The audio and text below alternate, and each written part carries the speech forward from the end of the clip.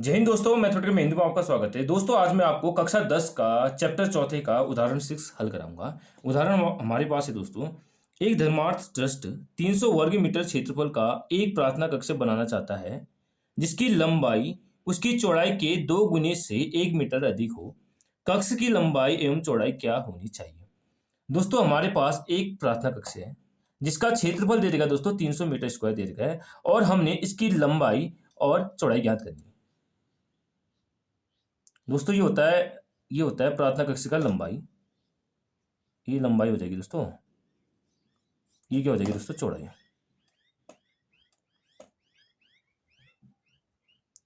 दोस्तों ये होती है हमारी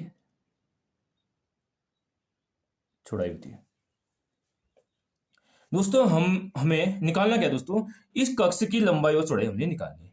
दोस्तों क्वेश्चन में हमसे साफ साफ बोल रहा है कि एक धर्मार्थ ट्रस्ट है जो 300 वर्ग मीटर क्षेत्रफल का एक प्रार्थना कक्ष बनाना चाहता है। एक कोई ट्रस्ट है ना दोस्तों, वो क्या बनाना चाहता है, एक प्रार्थना कक्ष बनाना चाहता है जिसका क्षेत्रफल क्या होना चाहिए दोस्तों, 300 मीटर स्क्वायर होना चाहिए। ये दे रखा है उसने। और वो साफ साफ बोला दोस्तों, जिसकी लंबाई उसकी चौड़ाई के 2 गुने से 1 मीटर अधिक हो। दोस्तों क्या अधिक हो, लंबाई किससे, चौड़ाई से। यानी दोस्तों हमने क्या मानना पड़ेगा यहाँ पे, चौड़ाई। यानी दोस्तों ये चौड़ाई हाईलाइट है, यानी हमने पहले चौड़ाई माननी पड़ेगी किसकी, प्रार्थना कक्ष की। चलो दोस्तों इसको मानते हैं। दोस्तों हम इस प्रार्थना कक्ष की चौड़ाई मानेंगे। माना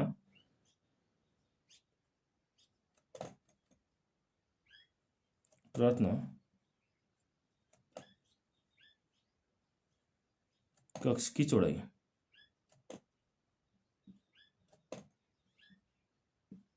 चौड़ाई क्या माने दोस्तों, हम एक्स मीटर मानते हैं। दोस्तों मैंने इस प्रार्थना कक्ष की चौड़ाई क्या मान ली, एक्स मीटर मान ली। ये हुई दोस्तों हमारी प्रार्थना कक्ष की चौड़ाई। ठीक है दोस्तों, अब देखो, अब हमने लंबाई निकालनी है। इसलिए प्रार्थना कक्ष की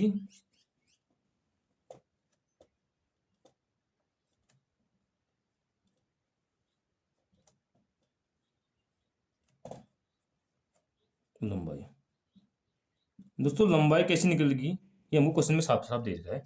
देखो, जिसकी लंबाई उसकी चौड़ाई के 2 गुने से 1 मीटर अधिक है। किसकी चौड़ाई से, इस प्रार्थना कक्ष।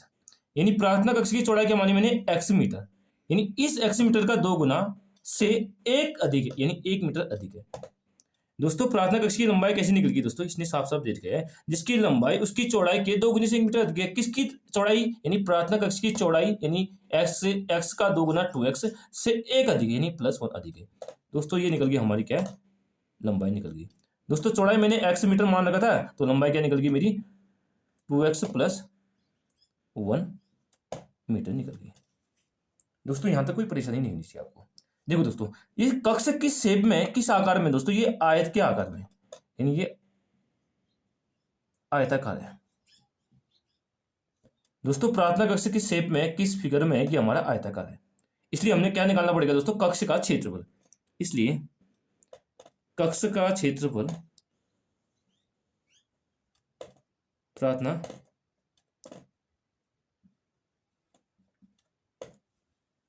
कक्ष का क्षेत्रफल।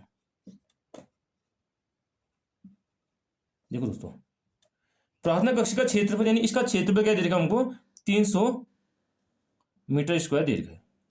दोस्तों प्रार्थना कक्ष किस शेप में है दोस्तों, हमारा ये आयताकार शेप में। यानी दोस्तों हमने क्या निकालना पड़ेगा दोस्तों, आयत का क्षेत्रफल लगाना पड़ेगा। आयत का क्षेत्रफल क्या होता है दोस्तों, लंबाई गुणा चौड़ाई। यानी प्रार्थना कक्ष का क्षेत्रफल, यानी प्रार्थना कक्ष किस शेप में है, किस आकार में दोस्तों, ये आयताकार शेप में। इसलिए हम यहाँ किसका लगाएंगे, क्षेत्रफल, आयत का क्षेत्रफल लगाएंगे। यानी आयत का क्षेत्रफल क्या होता है दोस्तों, अच्छी से लिख दीजिएगा, आयत का क्षेत्रफल इस शेप में दोस्तों हमारा प्रार्थना कक्ष है। दोस्तों आपको पता होना चाहिए कि आयत का क्षेत्रफल क्या होता है दोस्तों, हमारा लंबाई गुणा चौड़ाई होता है। आयत का क्षेत्रफल होता है लंबाई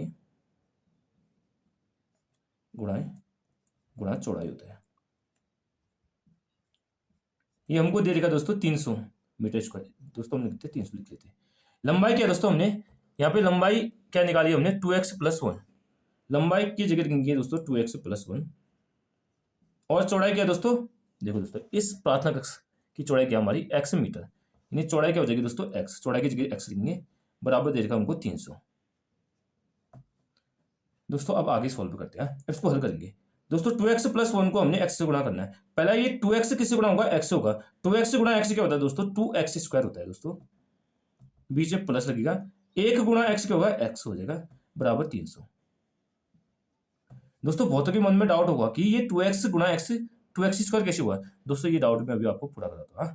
देखो 2x गुणा x हमने हल करना है। देखो दोस्तों यहाँ x की पावर क्या है, छुपी पावर 1 है, यहाँ भी x की छुपी पावर क्या है, 1 है। यहाँ आधार दोनों जगह बेस क्या है, सेम है, x है। यदि आधार सेम हो, यदि गुणा में आधार सेम हो तो घातें जुड़ जाती है। तो क्या हो जाएगा दोस्तों, x की घात 1 में एक जोड़ के क्या होगा 2, 2 गुणा x स्क्वायर क्या हो जाएगा दोस्तों, 2x स्क्वायर हो जाएगा, इसलिए यहाँ पे 2x स्क्वायर हुआ। आइए समझ दोस्तों, कुछ टफ नहीं। आप देखो इसको आगे सॉल्व करते हैं। 2x स्क्वायर प्लस x, ये 300 को इक्वल के साइड आएंगे तो क्या होगा, -300 बराबर 0। दोस्तों ये हो जाएगी हमारी समीकरण 1। दोस्तों ये हमारी क्या निकल गई, द्विघात समीकरण निकल गई, किस फॉर्म में, 2x square plus x minus 300 बराबर 0। दोस्तों इस द्विघात समीकरण को हल करके हमने इस प्रार्थना कक्ष की लंबाई और चौड़ाई ज्ञात करनी है। चलिए दोस्तों इस द्विघात समीकरण को हम हल करेंगे। दोस्तों हमारे पास द्विघात समीकरण है 2x square plus x minus 300 बराबर 0। दोस्तों यहाँ x का गुणांक क्या है, दोस्तों यहाँ x का गुणांक क्या हमारा 1 है। ठीक है दोस्तों, तो हमारी समीकरण होगी 2x square plus 1 into x minus 300 बराबर 0। अब दोस्तों हमने इस द्विघात समीकरण को हल कर x का मान निकालना है। दोस्तों हम इस द्विघात समीकरण को गुणनखंड विधि से हल कर x का मान निकालेंगे।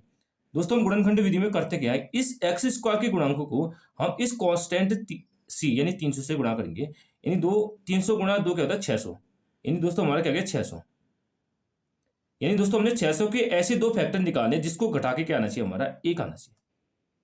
आया समझो दोस्तों, हमने करना क्या है ना दोस्तों, 600 के ऐसे दो फैक्टर, ऐसे दो गुणनखंडे निकालने हैं, ऐसे दो गुणनखंडे निकालने जिसको घटा के क्या आना है दोस्तों, जिसको घटा के क्या आना चाहिए हमारा, ये 1 आना चाहिए। और जो दो फैक्टर निकलेंगे ना, इनको जब हम आपस में जब गुणा करेंगे, जब मल्टीप्लाई करेंगे तो क्या आना चाहिए हमारा दोस्तों, 600 आना चाहिए।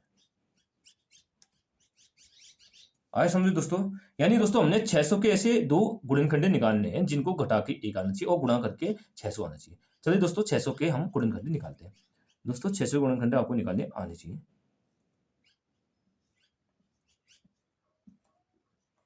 ये हो जाएगा 600। चलो दोस्तों 0 तो किससे आएगा, 2 से, 2 3 6, 300 आ गया। अभी भी 0 है तो 2 से जाएगा, 2 एकम 2, 1 यहाँ से जाएगा 10 हो गया, तो 2 पंचे 10, ये 0 हो जाएगा। ठीक है दोस्तों, फिर किसी जाएगा 2 से जाएगा, लास्ट में 0 है, 2 सत्ते 14, फिर 1 यहाँ से जाएगा 10 जाएगा, 2 पंचे 10। ठीक है दोस्तों, अब किससे जाएगा, 3 से जाएगा दोस्तों, 3 दूनी 6, 1 यहाँ से जाएगा 15, 3 पंचे 15। अब किससे जाएगा दोस्तों, 5 है, 5 से जाएगा, 5 बच्चा 25, 5 है, 5 से कम 5। यानी दोस्तों हमारे फैक्टर के क्या आ गए दोस्तों, 600 के 2 गुणा 2 गुणा 2 गुणा 3 गुणा 5 गुणा 5। अब देखो दोस्तों 2 दूनी 4, 4 दूनी 8, 8 3 24, एक तो आ गया 24 आ गया भाई, और दूसरा क्या आ गया 5 50 25।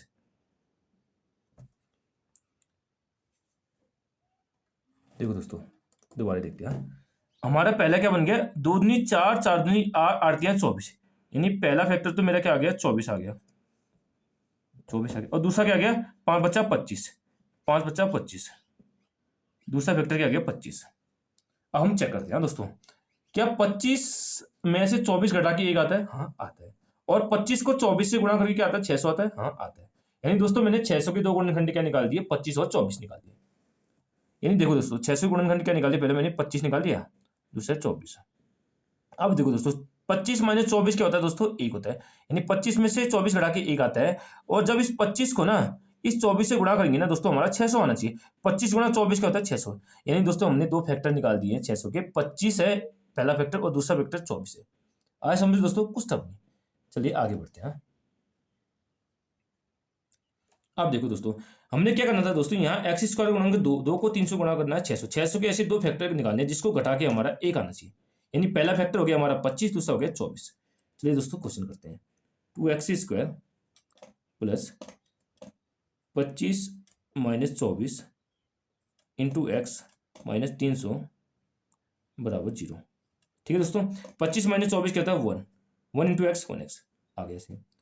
अब 2x square plus 25 into x क्या होता है दोस्तों 25x माइनस 24 गुणा एक्स क्या होगा -24x माइनस 300 बराबर क्या हो जाएगा दोस्तों 0 हो जाएगा। अब देखो दोस्तों इन दोनों में कॉमन क्या है, यहाँ हमारा x कॉमन है दोनों जगह, दो यहाँ भी x है यहाँ भी x, जो चीज़ कॉमन होती है दोनों में वो बाहर लाते हैं। इनमें x बाहर ला गया तो अंदर क्या बचा, यहाँ 2x बचा, 2x प्लस यहाँ बचा 25। ठीक है, इन दोनों में कॉमन क्या है दोस्तों माइनस क्या कॉमन है दोस्तों 12, -12 दोनों में कॉमन है। तो यहाँ क्या बचा 12 दूनी 24 यानी 2x यहाँ बच गया। और यहाँ क्या बचा 12 गुणा 25, 12 गुणा 25 क्या होता है दोस्तों 300 होता है, यानी यहाँ क्या बचेगा 25 क्या होता है दोस्तों 12 दूनी 24 -24x 12 गुणा 25 क्या 300। अब देखो दोस्तों मैंने माइनस कॉमन लिया ना, तो यहाँ क्या हो गया, ये मैंने यहाँ बाहर -12 कॉमन लिया तो यहाँ क्या माइनस प्लस है 2x हो जाएगा, माइनस कॉमन लिया तो माइनस प्लस है दोस्तों, यहाँ माइनस प्लस होगा। क्यों होगा दोस्तों, देखो मैंने -12 बाहर कॉमन लिया ना, तो -12 बाहर आ गया तो माइनस प्लस यानी 12 24 इन 2x आ गया, यहाँ क्या बचा माइनस प्लस 25 इक्वल टू 0। यानी दोस्तों हमारे दोनों ब्रैकेट में क्या आना चाहिए सेम आना चाहिए, यानी दोस्तों दोनों ब्रैकेट में सेम आ रहा है, यानी हम क्वेश्चन सही कर रहे हैं।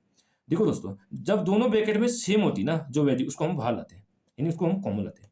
दोस्तों हमारा कॉमन क्या हो जाएगा 2x प्लस 25 हमारा कॉमन हो जाएगा। और यहाँ क्या बचा दोस्तों, यहाँ मेरा x बचा और यहाँ क्या बचा -12 बचा बराबर 0 हो जाएगा। अब देखो दोस्तों अब हम तुलना करेंगे, इसकी तुलना इस 0 से करेंगे, इसकी तुलना इस 0 से, तुलना करने पर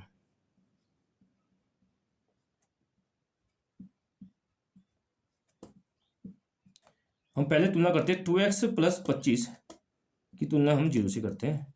तो 2x बराबर क्या हो जाएगा 25 इक्वल किस साइड आएगा तो क्या होगा -25, तो x बराबर क्या हो जाएगा दोस्तों -25/2 कट गया, कितना आ गया x बराबर क्या आ गया दोस्तों मेरा -12.5 आ गया 12.5। दोस्तों ये तो हमारा नेगेटिव में है। और दूसरा क्या आ रहा है देखते हैं, x -12 की तुलना किससे करनी है दोस्तों, मैंने 0 से करनी है, तो x बराबर क्या हो जाएगा दोस्तों 12। दोस्तों यहाँ मैंने x की दो वैल्यू निकाल दी है, एक आ रही है हमारी -12.5, एक आ रही 12। अब बहुत मन में डाउट होगा कि 12.5 कैसे है, देखो दोस्तों 2 एकम 2, 2 दूनी 4, फिर दशमलव लगाएंगे, फिर 2 पंचे 10, ये मैंने सीधे भाग देगी कर देता।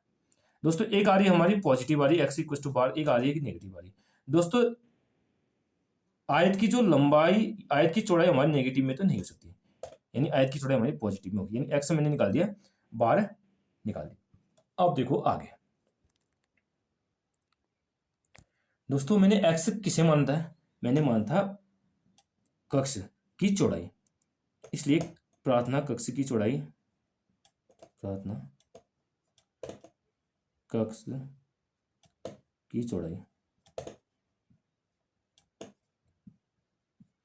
दोस्तों मैंने क्या मान रखा था x मीटर।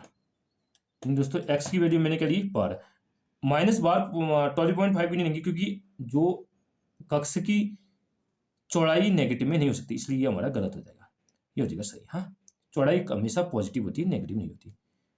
प्रार्थना कक्ष की चौड़ाई क्या होगी, क्या मानी थी दोस्तों मैंने x मीटर, x की वैल्यू की निकाल दी 12, यानी दोस्तों ये आ गया 12 मीटर हमारा इसकी चौड़ाई आ गई।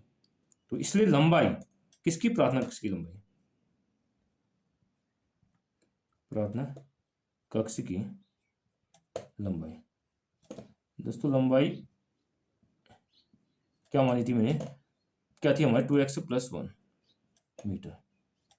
अब दोस्तों इस x की जगह 12 की वैल्यू रखेंगे, 2 गुणा 12 प्लस 1, देखो दोस्तों 12 नहीं 24 1 25, यानी दोस्तों ये हो जाएगा 25 मीटर। इसलिए दोस्तों इसलिए फाइनल आंसर लिख दो, लंबाई आ गई हमारी कितनी, लंबाई आ गई 25 मीटर कोमा चौड़ाई आ गई हमारी 12 मीटर।